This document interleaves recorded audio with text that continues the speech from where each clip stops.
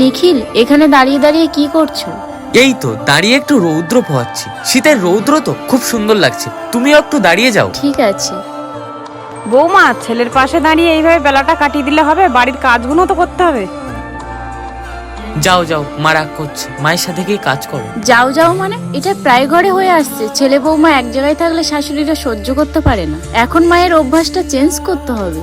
আজ মায়ের কথা শুনে ভয় পেয়ে যদি ঘরে চলে যায়, তাহলে কালও কিন্তু এসে মা একই কথা বলবে। কি হলো বৌমা, তখন ডেকে গেলাম, এখনো ছেলের পাশে দাঁড়িয়ে আছো? হ্যাঁ মা, দাঁড়িয়ে আছি। একটা কথা মনে রাখবে, প্রতিটা মেয়েই কিন্তু চায় কাজের শেষে তার স্বামীর সাথে একটু সময় কাটাতে। সেখানে এসে তুমি যদি বারবার ডাকাডাকি করো, তাহলে আমি কেন, আমার জায়গায় অন্য কোনো মেয়ে হলেও তোমার কথা শুনবে না। প্রতিটা শাশুড়ি নিজের স্বামীর সাথে সম্পর্কটা ঠিক রেখেছে, কিন্তু ছেলে বৌমা যদি 2 মিনিট কোথাও দাঁড়িয়ে গল্প করে, সেখানে শাশুড়ি বৌমাকে গিয়ে কাজের অজুহাত দেখিয়ে ছেলের থেকে দূরে নিয়ে আসার চেষ্টা করে।